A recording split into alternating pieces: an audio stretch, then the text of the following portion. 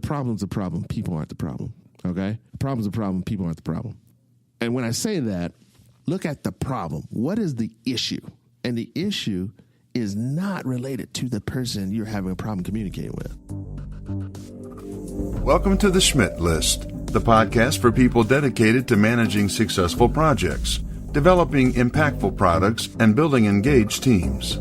And now, here's your host, Kurt Schmidt. Hello, everyone, and welcome to episode 47. Today, I am proud to have David Edgerton, ITS Manager in Business Intelligence Technology for Andersen Corporation, joins us to discuss how to take a team from great to exceptional. We also talk about the paradigm shift that happens when someone moves from an individual contributor role to a managerial or leadership role, and why it trips up so many people. Before we get started, I wanted to mention that I'm scheduling some upcoming talks with local companies on how to build a growth mindset within a design or development team. If you, your team, or company could benefit from this kind of conversation, you can reach out to me at Kurt, that's Kurt at foundrymakes.com. And while you're at it, check out the innovative work we're producing for our clients at foundrymakes.com. And now, here's my conversation with David.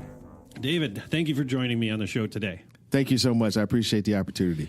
So tell me about how you got involved in technology and design. I mean, you're doing a podcast now. You do a lot of great work. But how did it all start? You didn't grow up saying, boy, I can't wait to help in IT and make server things and stuff, right? That wasn't the plan? That was never the plan. Okay. It is so funny. This story actually goes back probably around middle school or maybe even elementary school. Okay. What happened back then was this. I've been a musician, first of all. I don't know if you know that, but I've been a musician probably since I was 3 or 4 years old. Okay. So what happened was, as I was, learning how to play the keyboard, the piano, one of the things that my grandmother gave me around that middle school time, maybe 7th, 8th grade, 12 years old, something like that, was I think it was my birthday. Instead of buying an electric or electronic keyboard as a gift, Radio Shack, and I don't know if people know what that is today or remember what that is, right? Ancient history. But Radio Shack had a product which was a keyboard, but you had to build it. Oh.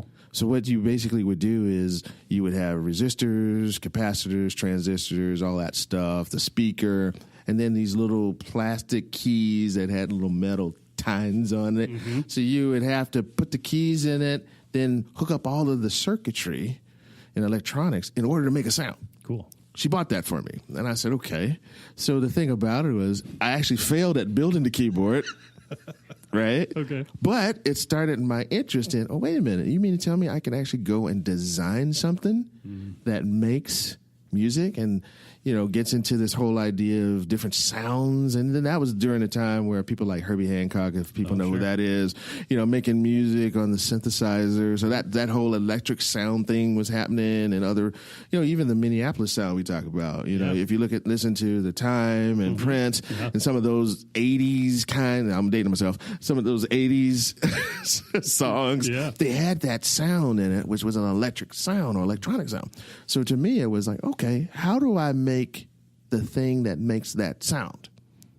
That started it. Okay. So that gift got me on the whole path of, okay, well, I like this tech stuff. Mm-hmm. But also what helped me was that I had an affinity for math. I didn't like writing papers back then. I didn't like speaking, and it's amazing that I even do this now with a podcast. Because, you think about, okay, if you are more geared toward doing things like with math and science, sure. I guess the overall generalization, right, wrong, or indifferent, is that you don't like to talk or you don't like to write, which I didn't. But math, numbers, oh, man, that was like, wow. That was like jumping in the pool on a hot day. For me, it was like, that was my space. So between the math, between the tech around music, something said, well, why don't you get into a field where you could actually create new instruments? That got me into electrical engineering. Okay. So that's how I decided to pursue a degree in electrical engineering. So I went to college, and in that, when I went there, I started studying electronics, electrical circuits, things like that. And then I realized this is hard. Yeah. This is very hard. It's really hard. It's really hard. It's like NASA hard. Oh my goodness, it's like NASA hard. I mean, I remember being in college and the professor was explaining how cable television works, but he did it with math equations. Yeah, I said, no, I don't want to do this anymore. Yeah. Or at least I don't want to do that part of it. So I kind of got out of it from the hardware perspective. Got it. But then something else happened. Around that senior year, I started getting into software and started getting into designing software for chips.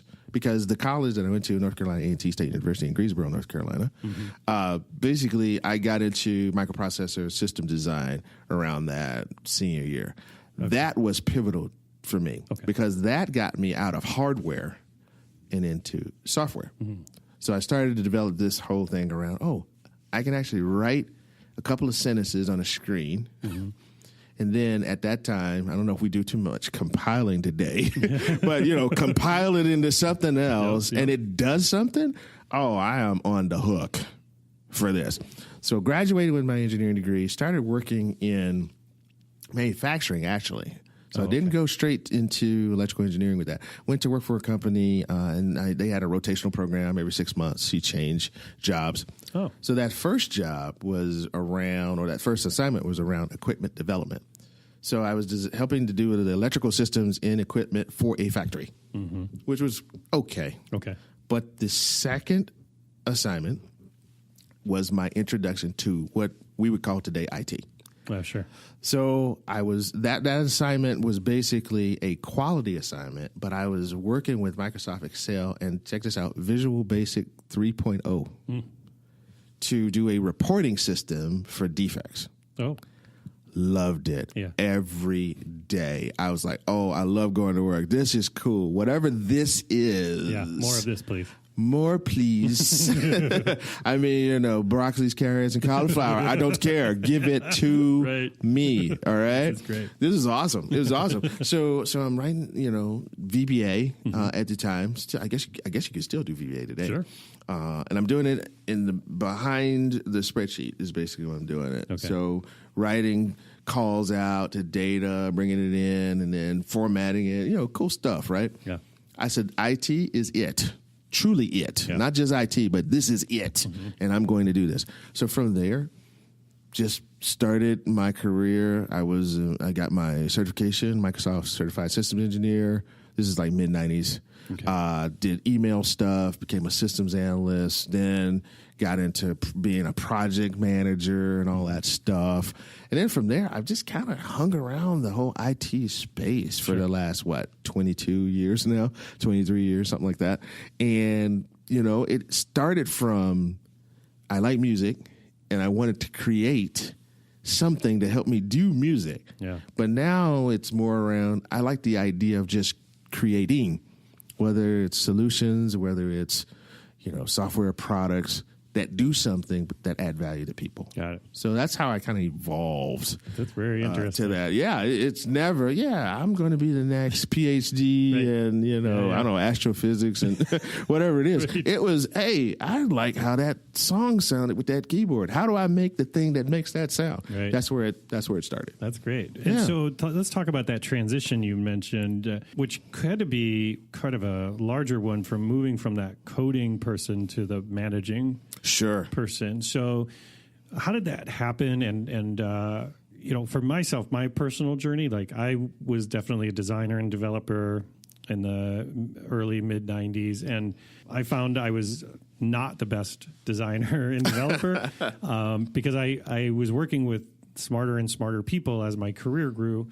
But what I found is I was pretty decent at managing them and managing the work and block and tackling for them to make sure they weren't getting screwed over and they could get their stuff done. Sure. How did that transition happen for you? And do you ever look back and say like, I wish I would have just stuck as a coder and this management stuff is for the birds? I tell you, the only time sometimes I think about should I have stayed with coding is whenever I see things like Instagram got sold to Facebook for $800 million. Or most people feel that way. $2 billion for Snapchat. You hear those numbers and things like that. But for me, I'll tell you, way back when I had a manager who told me this advice.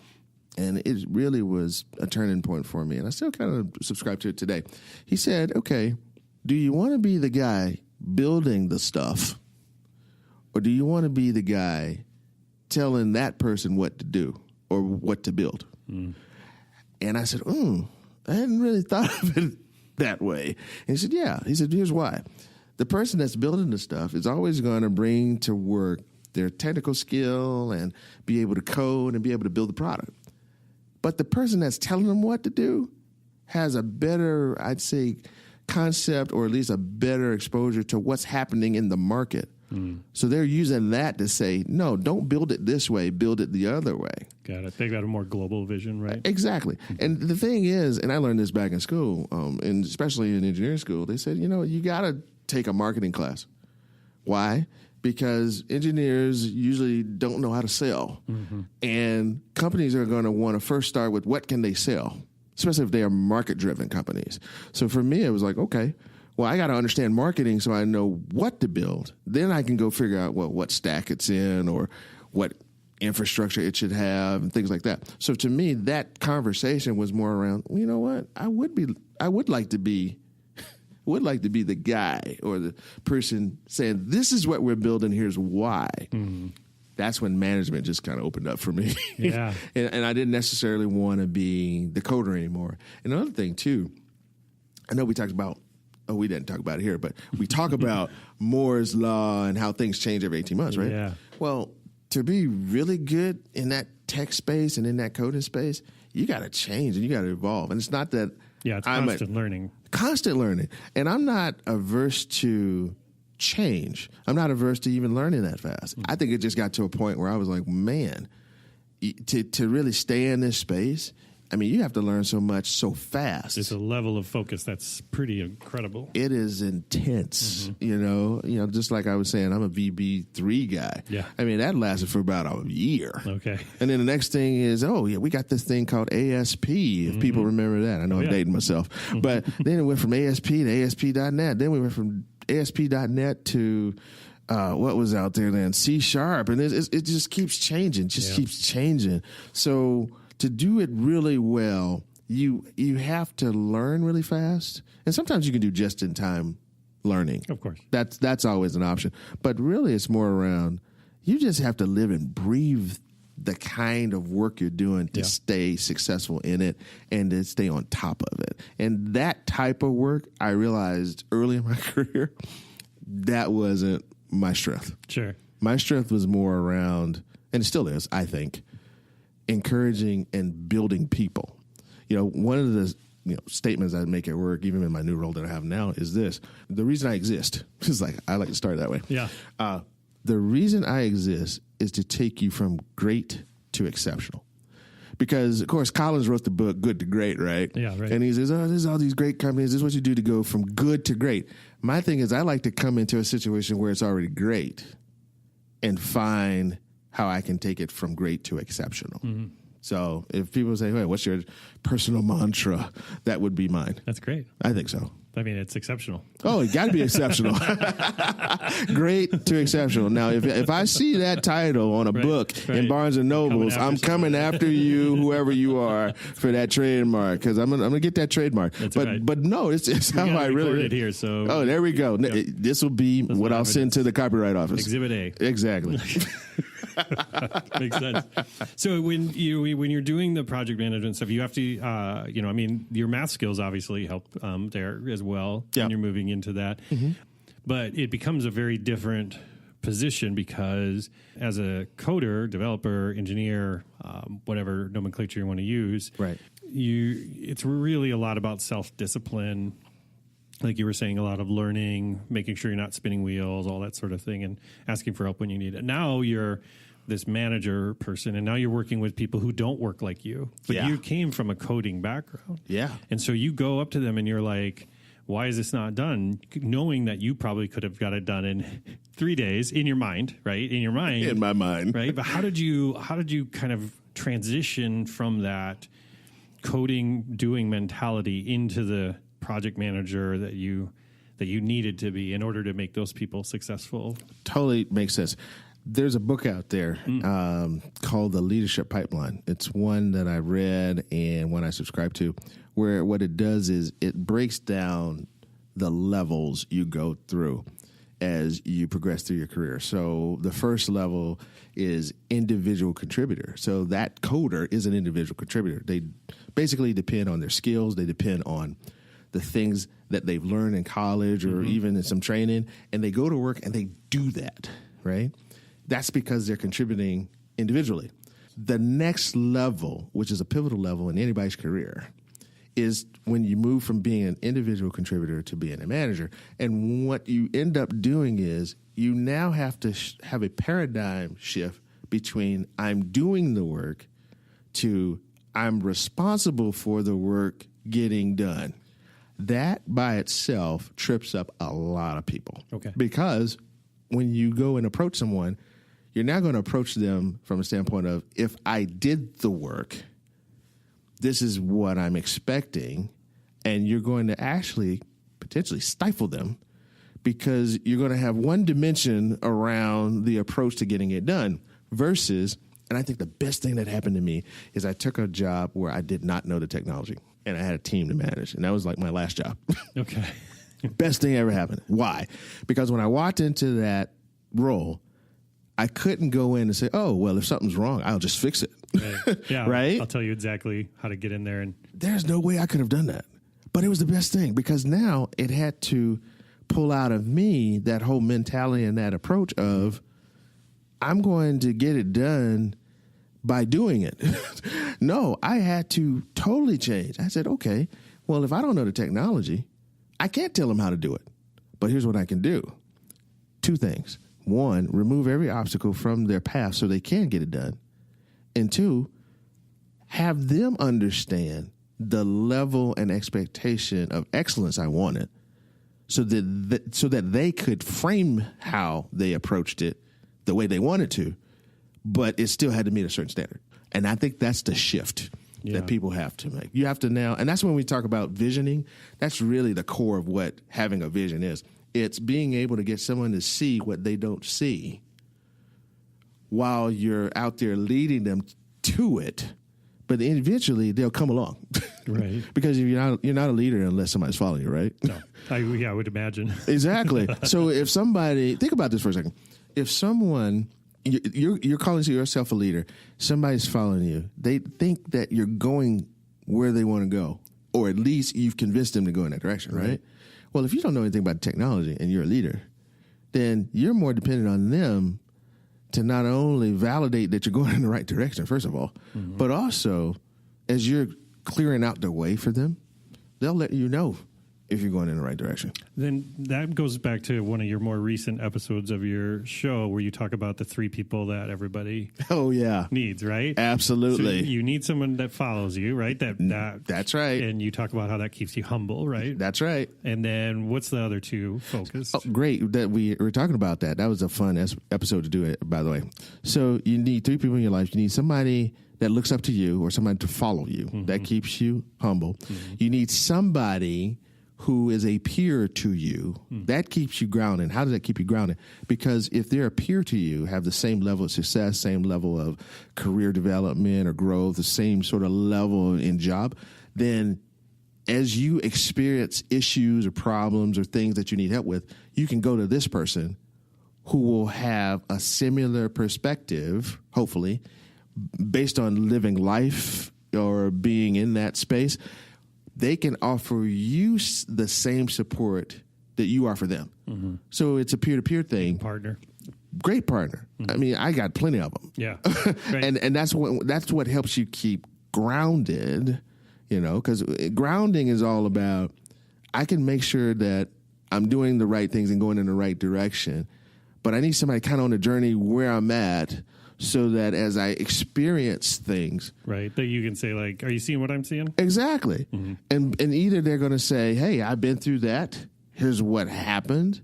And it might be, as recent as last week. Yeah, it could be really fresh in their mind, right? Right. Versus, going to pull out an encyclopedia. I don't know if they still exist, but, going to read something that happened 10, 20 years ago trying to find the same answer. It's not to say that it's not there. It's just that it may not be relevant based on the context of how it's presented today. So that person keeps you relevant because they add a context around some of the things you're going through, and that's what keeps you grounded.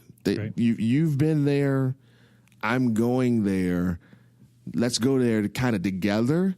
And then who else can we help at that level? That's your peer group. That's really what that's about. And then that third person I talked about that you need is a person you aspire to. Who out there gets you going and says, you know what? That's what I want. That's what I want to be. That's what I want to do. And what that does is that keeps you hungry. And I think you can even be hungry at 60, 65, 70 years old. You can still be hungry. Yeah. In fact, I think that if you're hungry at those ages, it's what keeps you alive.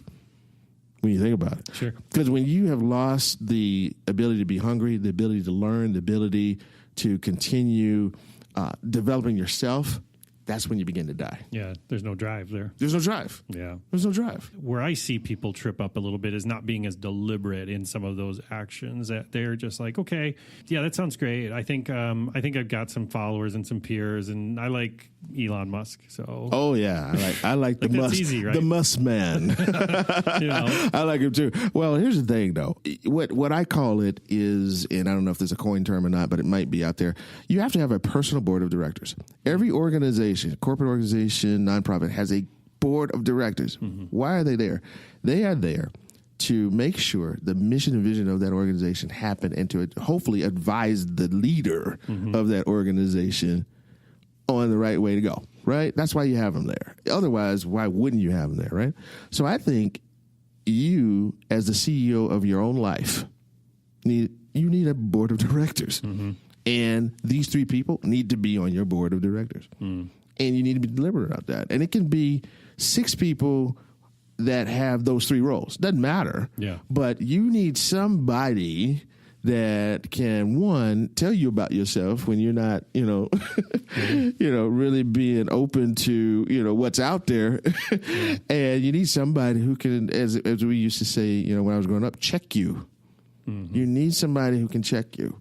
And basically they do that out of love for you, love for your future, love for where you're going, that kind of thing. But they also do it so you have a true dose of reality of your existence. Yeah. That is so important. So you need to highlight and respect those people who would be on your personal board of directors and really listen to them because they're going to see stuff you don't see. And when we're kind of in ourselves, we get blind to that.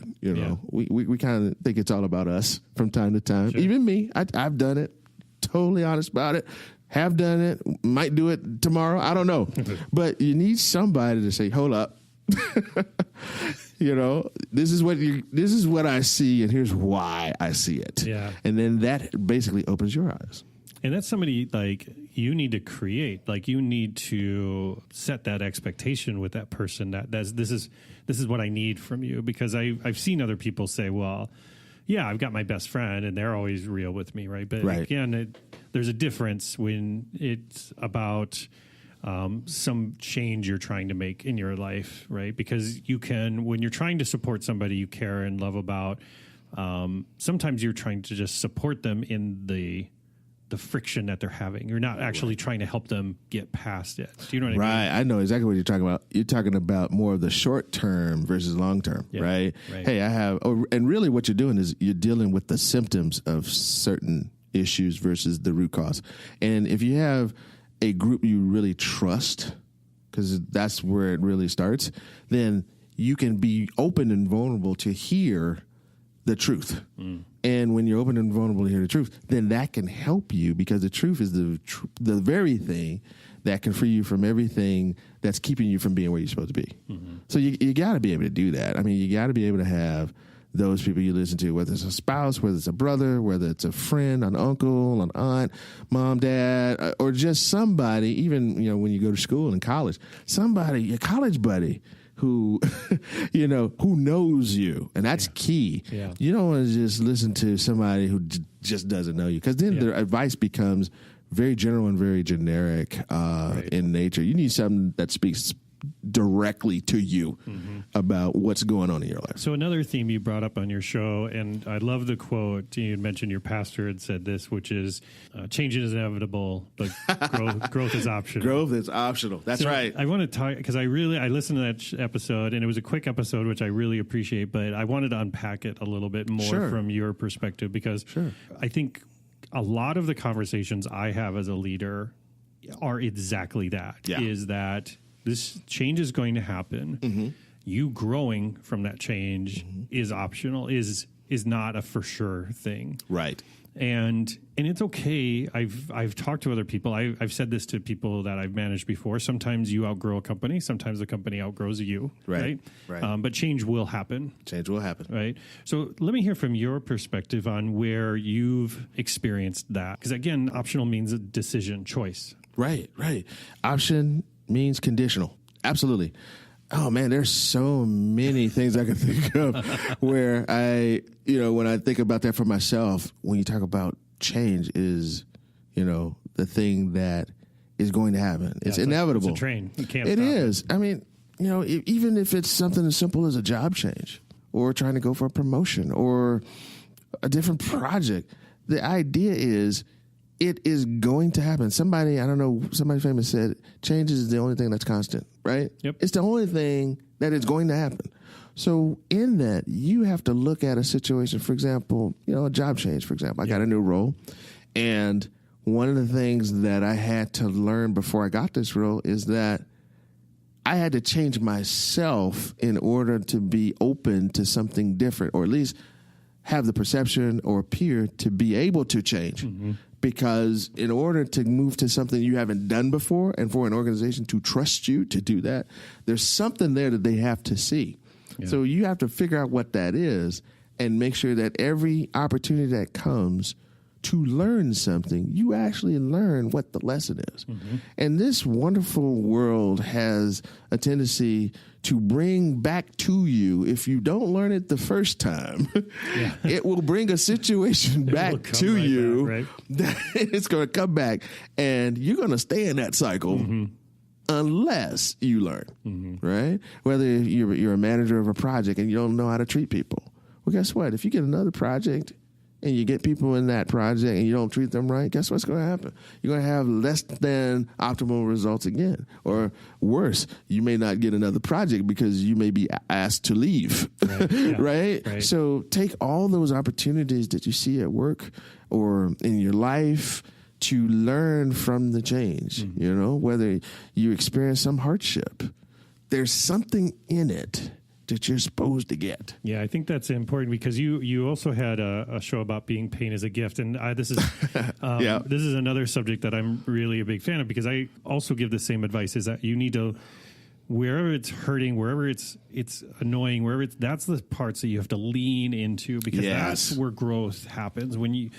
When it does suck and when it's taking too much time and this person's being a dick and blah, blah, blah. That's not the time to shut down and walk away. That's the time to double down and lean in. Yes. Because you are going to get through that. You are going to come through with something better and bigger than you had when you originally started. Totally agree with that. And that was a fun one to do too, because like I said in that episode, there's two things. Pain comes to either show you that something's out of order. In other words, it's not working the way it's supposed to work. So that's an indicator of that. Or it's weakness leaving the body or leaving your situation. So you have to have one of the two. So when you think about pain and change associated with pain, it's going to happen. So know it's coming. But then you have a choice on how you're going to deal with the pain or I'll say the uncomfortability, if that's the right word, because that's really where we're going with this. Yeah, people they want to be comfortable all the time. But in order to move and to go and do and live, there are going to be opportunities where you have to become uncomfortable. Uncomfortable in this case is very painful, but it comes to show you that there's weakness leaving the body. You say, well, what weakness is leaving the body when you become uncomfortable? Usually it's fear, And that episode's coming up somewhere where we talk about false evidence appearing real. But we'll get to that someday. Okay. But that's really what it is. It's fear. People are afraid. And with them being afraid, it's more about the worst thing that can happen. You visualize that. Mm-hmm. And that stifles you. And the problem is that's why you have to, basically get it under control, because if it stifles you, guess what? You're going to miss out. Mm-hmm. You're not going to be where you're supposed to be. You're not going to learn what you're supposed to learn. So you have to get past fear, the fear of the pain really taking you out or taking you off course. And once you get past that and you expect the pain, now you put together an approach, because you know it's coming, to go right through it. And it comes so they can go away, because you're going to go right through it. Right. And it always happens. I mean, even if you break a bone, for example, if you break a bone, it's painful. I get it. But it heals in 6 weeks. Yeah. It heals in 8 weeks. Mm-hmm. Got to set it. But once you set it, after 6, 8 weeks, you're good. It's going to happen. That's just life. Yeah. So basically approach it as, if I'm going through something painful now, let's figure out why. Pain comes to show you, again, that something's out of order. So figure out why, especially if you don't like it. People go to the gym all the time, lift weights and all that good stuff. They say, oh, it's painful. Great. Well, you know you're going to the gym. You know it's going to be painful, but you keep doing it. Right. So why do you keep doing it? There's got to be something past that you're trying to head toward, right? Yeah. So while you're heading that direction, you know that's going to happen. Just prepare yourself. So let's take that example, and let's imagine I'm a project manager or a product manager. I'm somebody who has to manage a team, or I'm a lead developer. I'm a lead software engineer or something. And sure. I'm trying to coach somebody on my team about that this change is good. And people are being resistant to change. They've got all sorts of arguments. Yeah. They're like, no, let's not move off of, this sort of repository system. I like this one. And, how have you gone about and found success in coaching people through that change? Oh boy. In that sort of technology setting. Just went through something like that. I'm going to try to sanitize it okay. To protect the innocent. Right? Dum dum. Oh yes. That is definitely the Law and Order sound bite there. That sound effect. That's awesome. That's great. So what happened was I basically walked into a situation with a team where they already had a kind of way that they were doing something. Yeah. And it involved a particular tool. However, we were transforming the team to be more agile. So in doing that, I said, this tool has to go away. Man, did I get resistance. Mm-hmm. But here's what I did. I said, okay, how can I get past this hurdle? Well, the easiest thing I think I could do, which actually was the most effective thing, I showed them how on the other side of the change, the things that they were going to be doing really they'll be different, but they'd be the same. So I think in that example, it was all about showing how what you were going to be doing was going to be the same, even though it looked different. Mm-hmm. And in focusing on that, what started to happen was, well, okay, now people are like, okay, this is coming. So how can I make this work the way I want it to work, mm-hmm. even though it's in this new space or in this new technology? So I said, okay, here's what we need to do. Any questions that you have about why the new thing is not working the way the old one works, ask them. I don't care what it is. And not only that, ask them and come up with a solution of why they're going to work in the new one the same way they work now. If that makes sense. So it's like, because I'm one of those kind of people. I'm sorry. If you come to me with a problem, I'm asking you, what's the solution you're coming with as well? Don't just say, hey, the sky's falling. I'm like, okay, well, where's the solution to the sky's falling since you're bringing it up to me? And I think teams have learned from me that that's how I am. Yeah. So it's like, don't bring him just a problem, because he's going to be like, okay, come back with a solution that we can discuss. Yeah. Because I'm looking for the opportunity to help you implement the solution. Well, I think that's the leadership part of that. And you've worked in, multidisciplinary, multi-division organizations, siloed ones, non-siloed ones. This is something that has always been a struggle for me that I want to get your opinion on. So sure. When I was the director of project management, the nerdery, I made a little sign that I put on my desk that said, "Have you talked to the person you're coming to talk to me about before you have come to talk to me?" Right. It was a real challenge, especially in a siloed organization where somebody would come and say, "Do you know what they're doing over there?" And this guy, because as soon as you said the sky is falling, it made me think of that exactly. And I would ask them, like, "Have you gone over and said something?" "Well, no." Right. "Well, no. I mean, I'm bringing it to your attention. Right. So you can do something." That's the whole problem with that. And I hate it. You know why I hate it? And I hate to use the word hate, but because it's a strong word. But no, I am a person. If I have a problem with you, I'm coming to you with my problem. Mm-hmm. And I try to teach my teams that, teach people I'm around, people I mentor that. If you have a problem with the person, go talk to the person first. Because you shouldn't, number one, hide behind email. You shouldn't hide behind social media, any of that stuff. And don't go to the boss first of the person you're having a problem with. Why? Because to me, that's being a coward. I'll just put it out there. Okay? Don't edit that part out. I think it is. I think we as human beings, over time, have lost the art of true collaboration and having difficult conversations. And that's part of pain, because that's part of being uncomfortable. I have never, I think in my history of working, had a challenge where I did not go to the person. And the only time you go to the person's boss or somebody in authority, since we're talking about influence without authority, is if you can't solve the problem. And you actually go to that person with the other person that you're having a problem with. Yeah. That their boss is what I'm basically getting at. Or someone above you who can help you resolve whatever the issue is. But you always start with talking to the person, and you exhaust that. Mm-hmm. Because if you don't exhaust it, then when you go to the next level, that person should be asking you, okay, well, what did you do? You can't just say, I sent them an email and they didn't respond. You can't say, well, I called them and they didn't respond. You got to go in there with, listen, here's what the issue is. And this is something I live by, too. I might do an episode on this. The problem's a problem. People aren't the problem. Okay? Yeah. The problem's a problem. People aren't the problem. And when I say that, look at the problem. What is the issue? And the issue is not related to the person you're having a problem communicating with. Start with that. But Sarah's a jerk, David. Why is she a jerk, though? Let's talk about that, right? She's doing this other process that she shouldn't be doing. Oh, well, then there's the issue. I heard it. The process she's doing that she shouldn't be doing. Well, let's look at the process and why it keeps Sarah from helping you.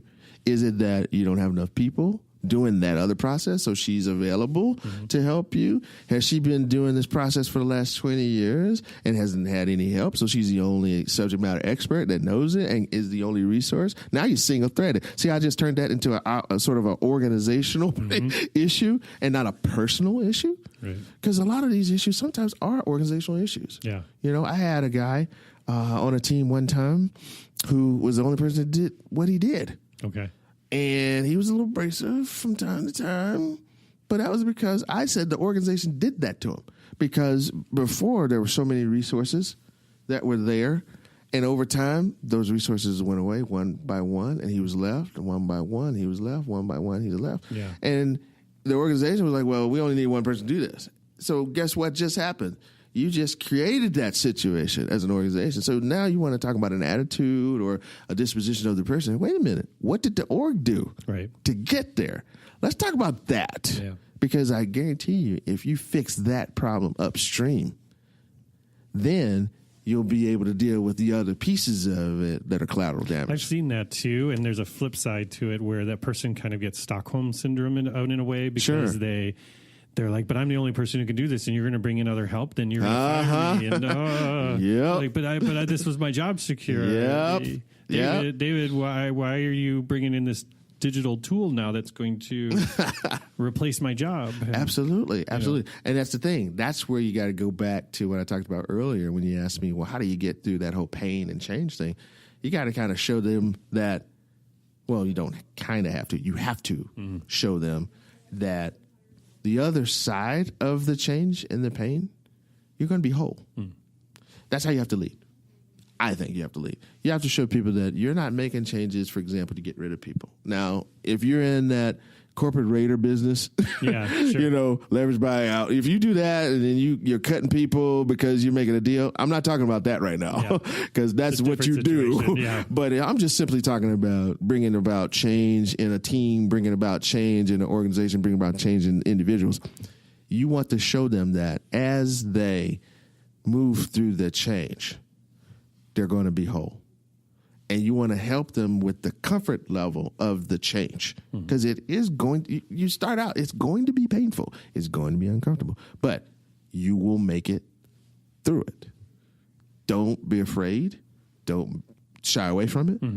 Walk straight through it. Yeah, and keep reminding them of the vision, right? Like what's on the other side. You have to. It isn't a set it and forget it conversation, right? It is not. And I think the greatest leaders are the ones, and I heard this somewhere, but I've tried to adopt it as well. You're a great leader when you can get somebody that doesn't even like you to do something they don't even want to do. Yeah. And they like doing it.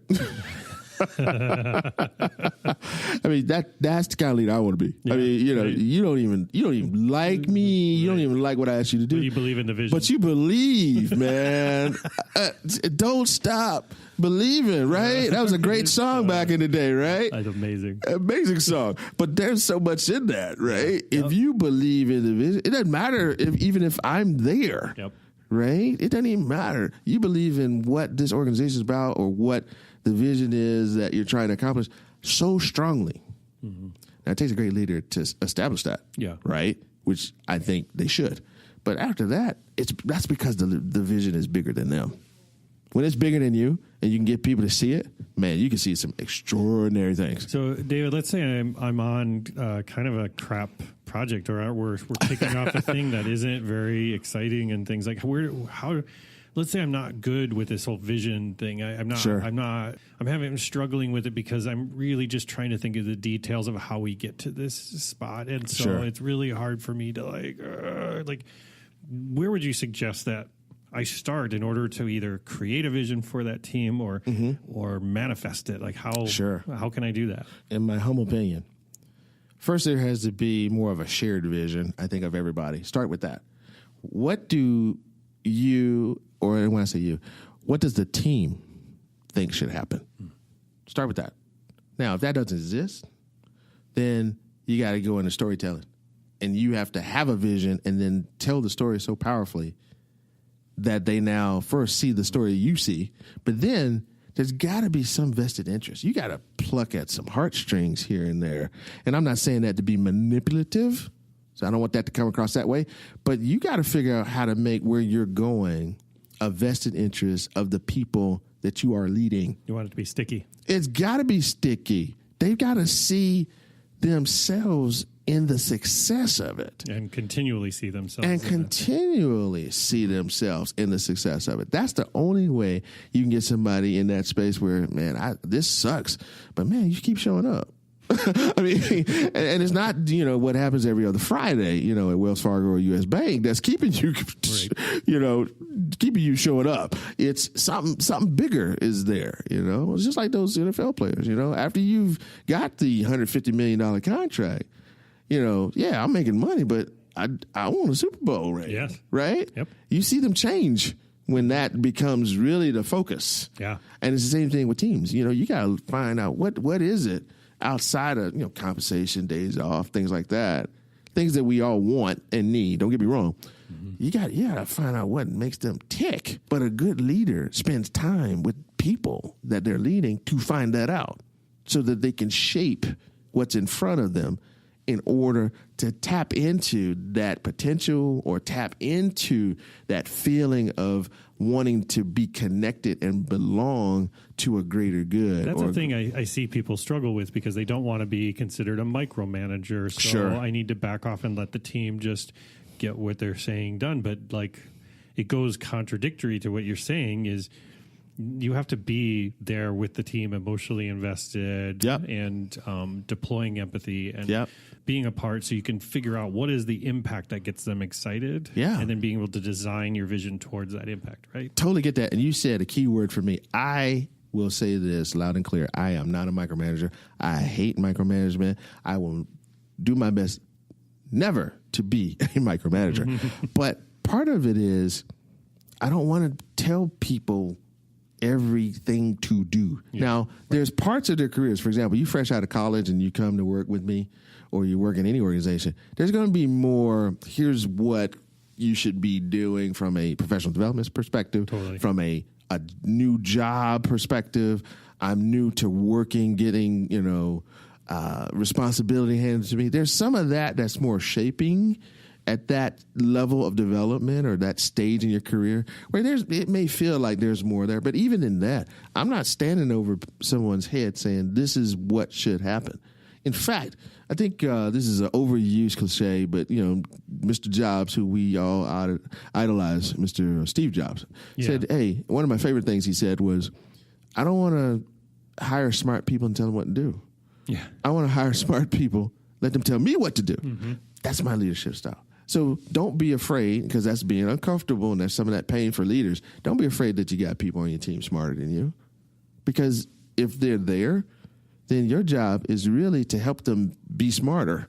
And you help them be smarter not by showing them how smart you are. You help them be smarter by putting them in situations where that gets used and utilized. That was an insecurity that crept over me early in my career. And that's why I asked you about that developer to manager role. Because for me, when I moved into more of a management role and I started hiring people that were like very much more talented than me, a real insecurity set in with me where I was like, oh, what have I done? I've hired all these people that know this job better than me. And I'm telling them what to do. Right. What kind of imposter am I? Right. That's easy to do. And it was, but at the time, I think one of the things is I didn't have, first of all, I didn't have like the three people you're speaking of, and I didn't have them identified in a way that would help me during that transition. So I feel like that's an important thing, is if you see yourself heading towards a transition like that,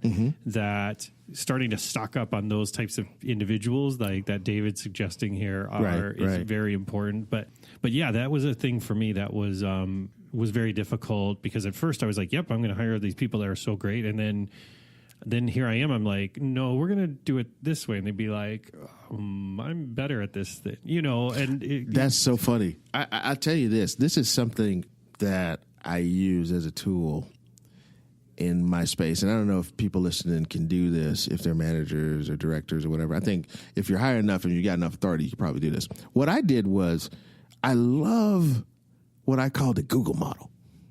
The Google model is this: 80-20, right? Pareto rule. 80% of your time, you do what your job requires, but 20% of your time, you do what makes sense to you. So if you hire people that are very smart or smarter than you, that 20% is I'm getting ready to push the envelope on the 20% that's the smarter than me space. Mm-hmm. So when I did that, I noticed something interesting. It wasn't about me being, afraid or insecure. It was about, wait a minute, I have a person who has I'll say, it's a set capacity or potential. I know we like to say it's unlimited. No, actually, it is kind of set. It is kind of set. Sense. Let's just be real about that. I know people might there's a ceiling, throw tomatoes at me on this one or cabbages, but no. And here's what I mean by unlimited set of potential. We say we can do anything that you put your mind to, right? But that's not true, because I will never dunk a basketball. Me neither. See what I mean? So it's a limited capacity. Yeah. As much as I say I want to dunk a basketball, it ain't happening. Okay? But in that example, what I'm trying to do is say, give them the 20% to figure out something they're passionate about that they can apply that intelligence and that creativity to. That's unlimited, because you're only going to run into limits until you do it. Yeah. And when you do that, guess what you're doing? You're stretching them in a way that pays homage to what they bring to the table. You don't have to be a very highly intelligent manager to do that. Yeah. You see what I mean? I mean, you don't have to, in comparison, is what I'm saying, have to be so, forward thinking or anything like that. You're basically saying, hey, if you like this area of your job, how do I figure out how to let you do more of that? Well, in your wheelhouse. You're the manager. You're the director. You're the person leading these people. So how do you create that opportunity where if they're, for example, I'll pick on somebody on my current team. Let's say you're really, really smart at, I don't know, something like data modeling. Let's pick on that for a second, right? I don't know how to do data modeling. But if I create an environment where now you can go do as much data modeling as you want, and then I create an opportunity for you to be able to present that work.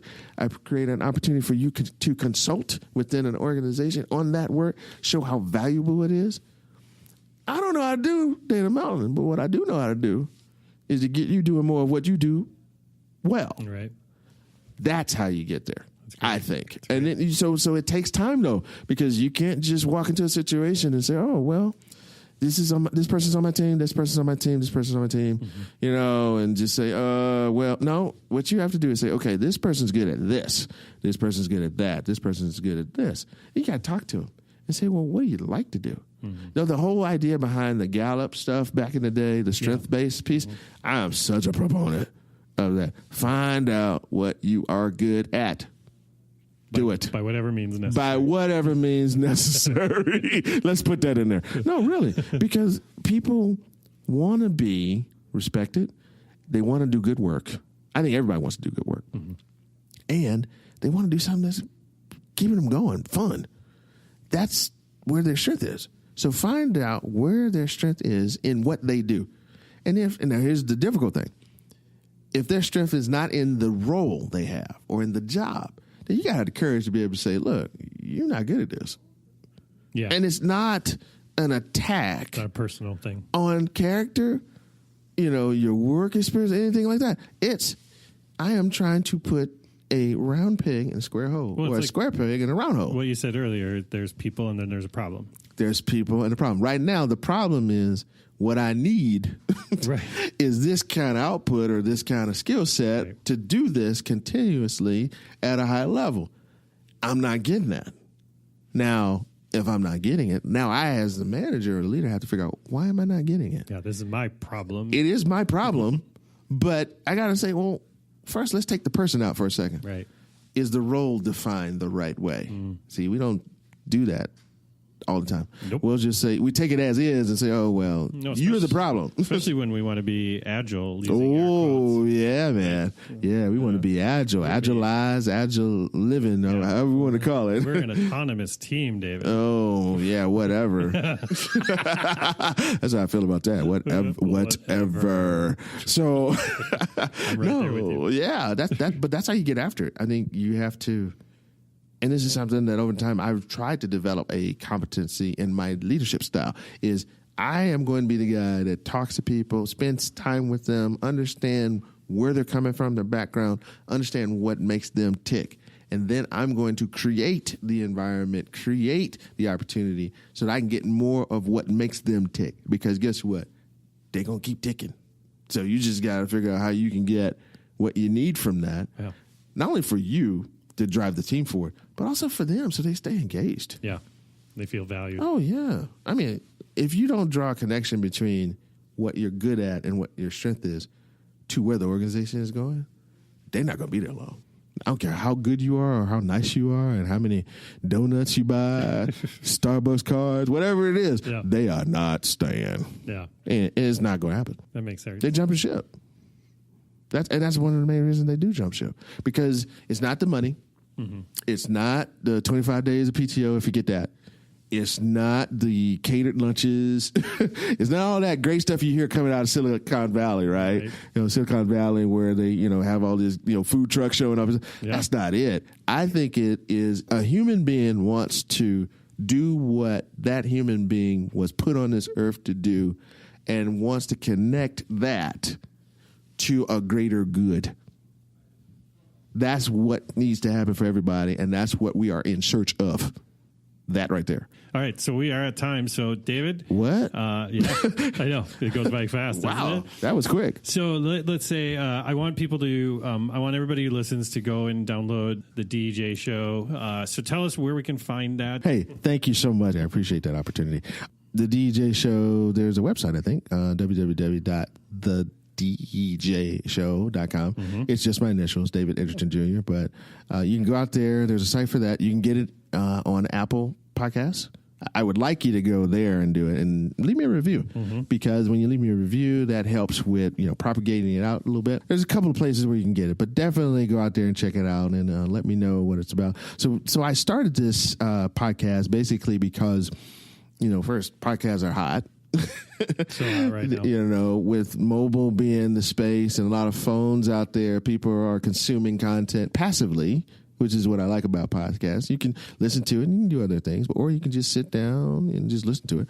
But as people are doing that, I was thinking, man, there ought to be something out there that I could listen to that's encouragement to being an African-American man, not only in the Twin Cities, not only in Minnesota, but on the planet. Yeah. So what I did was I said, well, I'm going to go look for that. And what I heard, unfortunately, especially in this time and age with a lot of division going on in the country, there's a lot of racial things happening, and, people were really angry about what's going on. So every time I try to find a podcast which would sort of appeal to that group of people, which I'm a part of, it felt like there was just a lot of negative noise and a lot of negative things out there. So I said, you know what? Here's what I'm going to do. I'm going to create the podcast I would listen to. And that's what I did. So I just started talking about different things. And what's interesting about that is that while I'm focusing on the African-American man as an encouragement, a motivation, an inspiration for that person, it is not specifically, produced for that group. In other words, like you said, you listen to it. I do. And I've had people at work who are not African-American come to me and say, wow, this is awesome. The joke was, we were talking about earlier, and if it's okay, I'll say it this way. One guy came to me and says, hey, I know you're making this for the brothers, but can white guys listen to this too?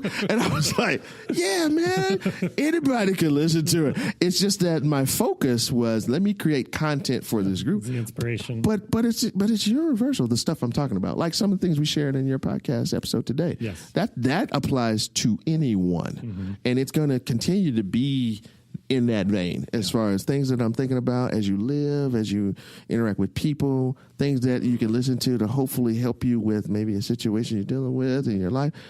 That's what it's meant to be. It's meant to be positive, be something that you can listen to very quickly, because I think the episodes right now ranging from 3-4 minutes to maybe, I think the longest one I have on there, maybe 7 or 8, maybe even 10 minutes. Yeah. So you can listen to it on your way to work, listen to it on your way to church, on your way to the community event, whatever you want to do, and just consume that content. So that's what it is. And please, just if you go out there and listen to it, definitely leave me a review in Apple Podcasts, because I'm learning in this podcast game. What's the word? Podsphere, the Podsphere, something like that. That's the way to do it. Yeah. And, that's how it helps you get it out there. If you go through Apple, the troops, as it were. Oh, man. Mobilize the troops. Absolutely. Yeah, no, I'm a big fan of this show. I think it's great. And what I love about it is that it's not just regurgitating some self-help stuff. You actually are sharing your personal experiences, which I find very inspiring. And so thank you for doing the show that you do. And then thank you for coming on this show, obviously. I would tell everybody, go out. The DJ show. It's great. Super fun. Just download all the past episodes and listen to them from the get-go and check it out. I think it's great. I think nice bite-sized content, but it's powerful and it's personal, and that's what I really like about it. Thank you so much. I appreciate you inviting me on this show. I mean, this is really an honor. No, I've had a ball. I hate we're ending, but maybe I can come back. I don't know. We'll do that. Yeah, and then we can ask some other questions that we didn't get to. Oh, I think you and I could go for about 6 or 7 hours. Oh, yeah, I believe that. I believe that, hands down. Well, thank you so much. I really appreciate it, David. Not a problem.